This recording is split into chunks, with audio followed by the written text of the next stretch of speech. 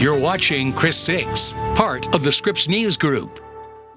Welcome back. So shocking allegations against late labor leader Cesar Chavez are prompting action across the country. The annual Cesar Chavez March right here in Corpus Christi was already canceled before the news broke.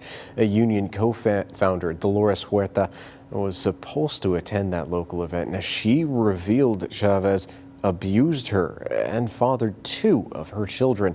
And to talk more about how states are reacting to the news, we're bringing in our deputy political director, Mr. Joe St. George. Hey, good morning, Joe. So Governor Greg Abbott announced Texas will no longer observe Cesar Chavez Day for the holiday.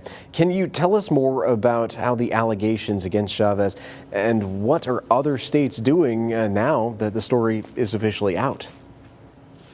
This shocked much of the political world. It's certainly breaking the hearts of many in the Hispanic, Latino, labor movement community, especially in recent years. I mean, more and more streets have been named after Cesar Chavez across the country. There are buildings named after Chavez. Yes, there are big events as well and observances at the state level, and all of that is being thrown into question after a blockbuster New York Times report.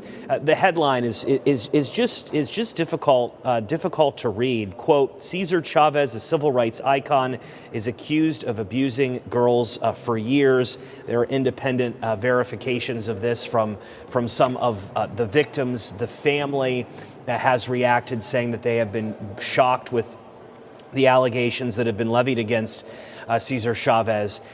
Texas isn't alone in quickly canceling, changing state policies, observances when it comes to the labor leader. California is doing something similar. Arizona is doing something similar. You mentioned events canceled in South Texas. There have been events canceled in South Florida as well. This story is moving very quickly, and I suspect the next phase of this will be some of the more permanent memorials, tributes to Cesar Chavez that exist throughout Texas and throughout the country.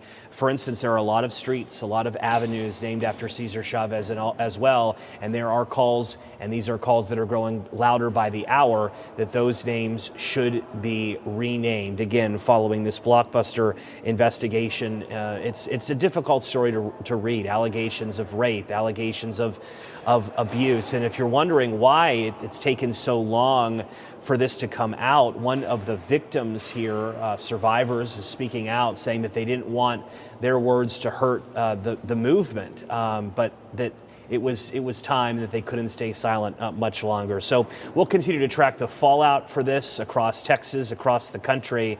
But again, this is one of those stories that's just still hitting people very hard this Thursday morning. Yeah, Joe, thank you so much for your time, sir. Looking forward to talking again very soon.